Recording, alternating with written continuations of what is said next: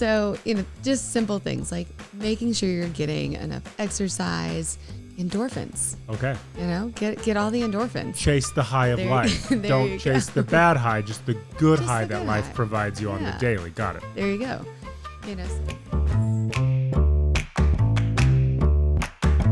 Welcome to the Ask an Audiologist podcast, real audiology white papers written by real audiologists and explained to you by a real audiologist and a guy who isn't. Now here are your hosts, Dr. Jordan Strong and Kevin Ziener. It's the last week of January, and we thank you for joining us for a brand new episode of Ask an Audiologist. I'm Kevin Ziener. I'm Dr. Jordan Strong. And it's cutting season, Dr. Jordan, the time where we shed the holiday pounds and get our bodies somewhat ready for the beach. But our biceps and triceps aren't the only thing we should be working out. In today's episode, we'll talk about exercises you can do to potentially help with your tinnitus. The article in question was written by Dr. Emily McMahon of Alaska Hearing and Tinnitus in Anchorage, Alaska. So, Dr. Jordan, I ask you, what's your workout routine? No, I'm just kidding. Dr. Jordan, do tinnitus exercises work? And if so, what are the ones people should be doing? Yeah. So any tinnitus treatment, it is definitely not a one size fits all. Got it. In any way, shape, or form. Okay. There are some proven things like, simple things that you can do to help your tinnitus and kind of relieve some of the stress that comes with tinnitus. Yeah. So tinnitus and stress go hand in hand in so many ways. Okay. So it's like stress can cause the tinnitus can cause the stress, and just don't be stressed. Yeah. So stop being stressed. Exactly. The holidays are over. There you go. You're good.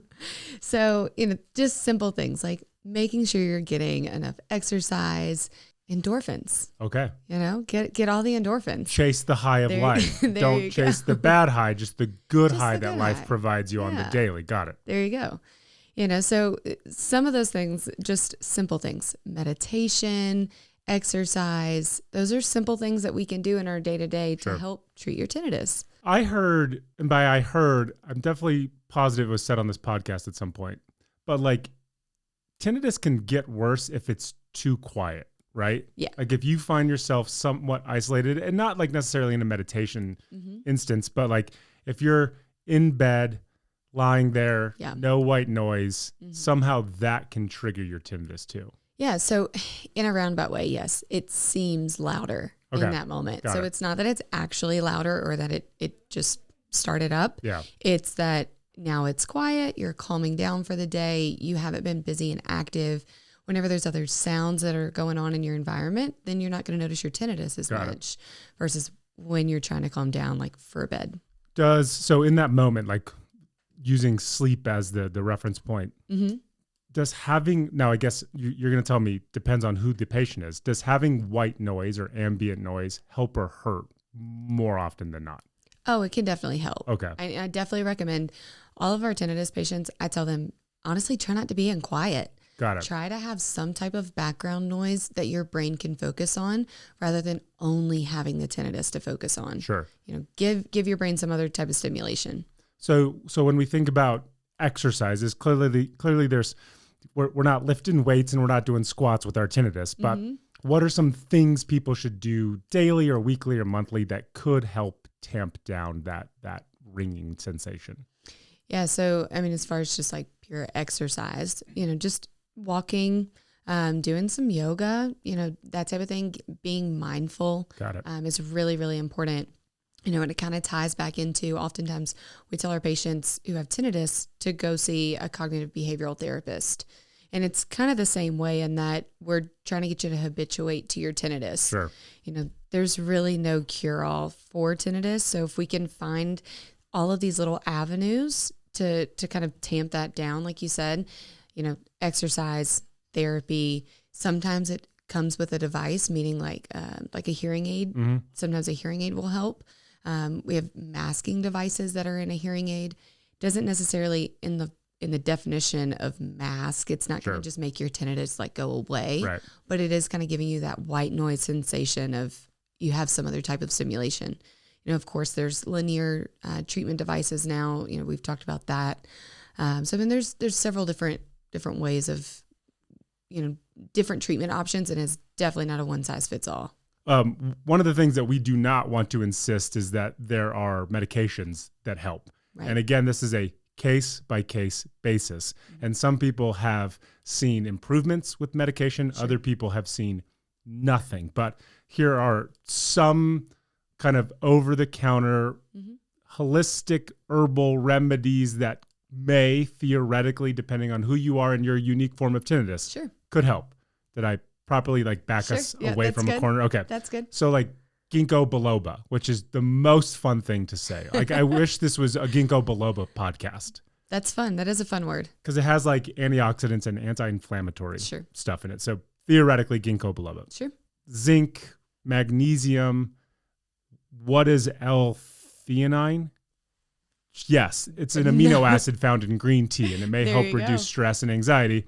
And then like omega fatty acids, so you can take like fish oil and stuff like that. So Yeah. those things, again, nobody on this podcast is telling you, go to your Amazon store and Right. buy these out in bulk.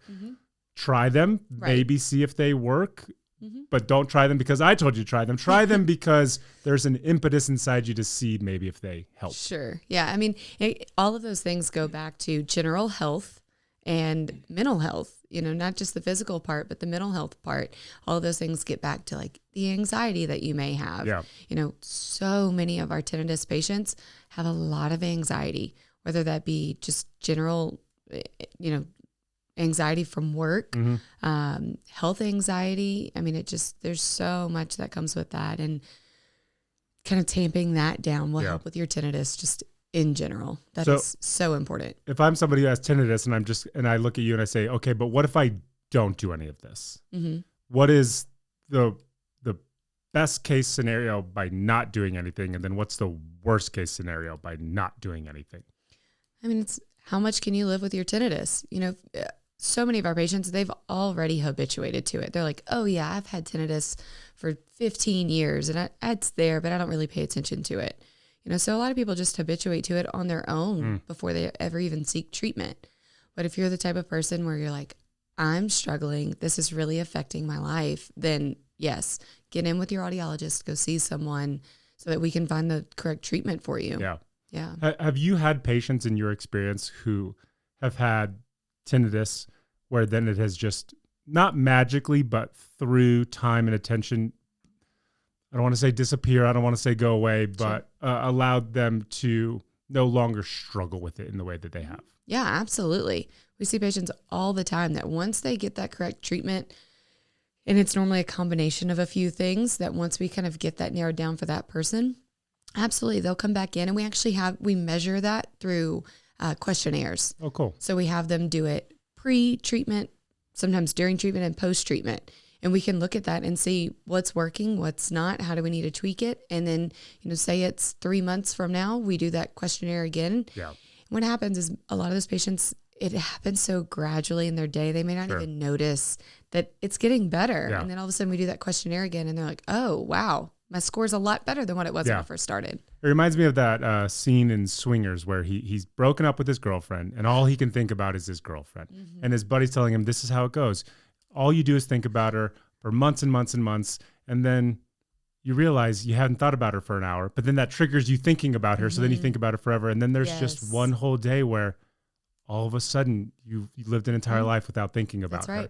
That's what I imagine tinnitus is like if you're doing the work to be able to get it done. It's a great example. Thank you.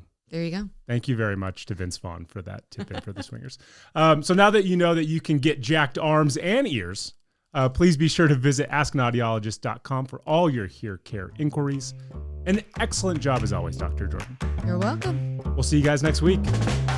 You can find more information at askanaudiologist.com, and you can follow us on all our social channels at Ask an Audiologist. The information provided on this podcast is for educational and entertainment purposes only and does not substitute for professional medical advice. The general perception is educating everyone on how to cheat a hearing test. Okay, yeah. So don't. So here's what we should do. We should just stop this episode, full stop. But we have a duty to finish 5 more minutes. And every attorney calling us. And this is going to be the episode that goes viral for the very first time. And everyone's going to be like, you want free hearing aids? Listen to Ask an Audiologist. That's right.